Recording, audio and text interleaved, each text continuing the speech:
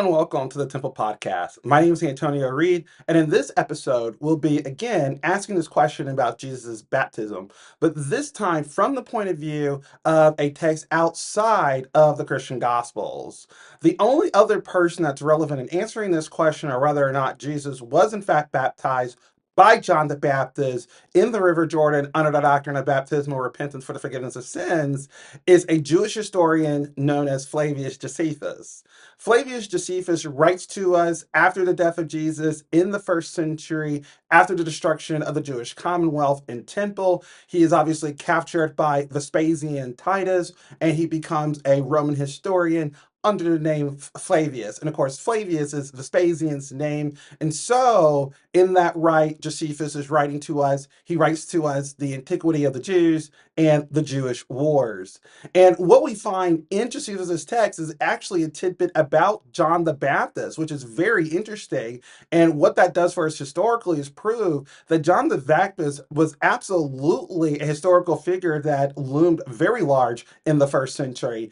And for Josephus, John the Baptist was in fact preaching a doctrine of baptismal repentance for the forgiveness of sins in the wilderness, and that people were pursuing him in order to be baptized by him. And what's interesting about this attestation is that for Josephus, this is very important because for people in the 20th century and the 21st century, looking back to the first century, we wonder, well, why then is Jesus not mentioned alongside John the Baptist in Josephus's testimony? And that is because notice that even in the gospel text, that John the Baptist is engaged in this ministry before Jesus. And in fact, we are introduced to Jesus through John the Baptist in the wilderness, as he's paralleling himself to Isaiah chapter 40, verse 3.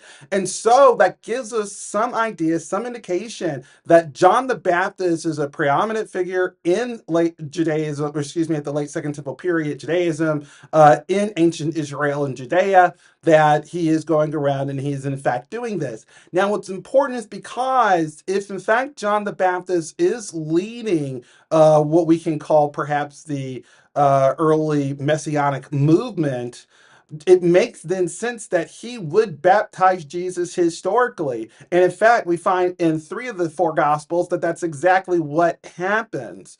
And so we can confirm from now four different texts, Mark, Matthew, Luke, and John, and Josephus, that John the Baptist most certainly was a real historical figure and that he was engaged in a baptismal repentance for the forgiveness of sins.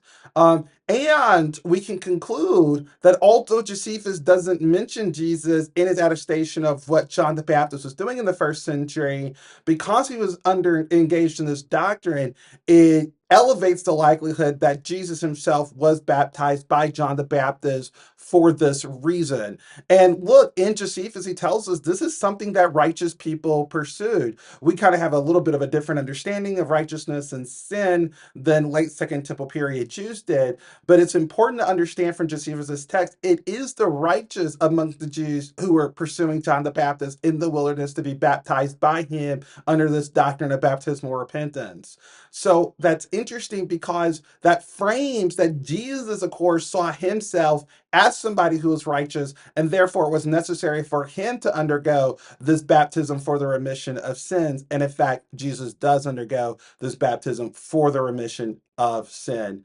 Now, what's important as we conclude this series on Jesus' baptism is to understand exactly why this is so controversial, even though it's plainly there in Mark, Matthew, and Luke that Jesus is baptized by John the Baptist. The reason why is because, as we began talking earlier, we have different Christologies associated with the gospel text. Christology is one person's view, or maybe a school of thought, on the nature of Jesus, his ministry, his teaching, and of course, his death and resurrection. So then, how would a Christology here complicate answering this question?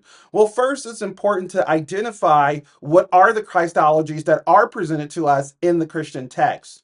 In Mark, we are introduced to an adoptionist Christology. What does it mean to have an adoptionist Christology?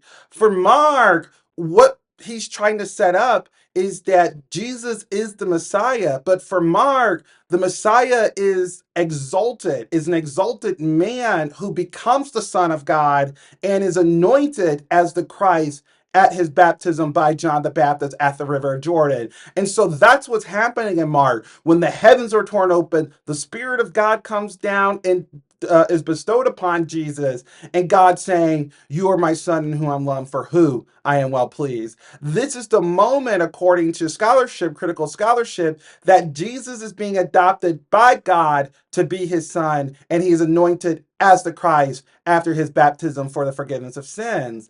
And this is important because you have to understand Jewish prophecy. So in the book of Malachi, which is the last of the prophets in the Hebrew scriptures, we are told explicitly that it will be Elijah who will usher in the Messiah.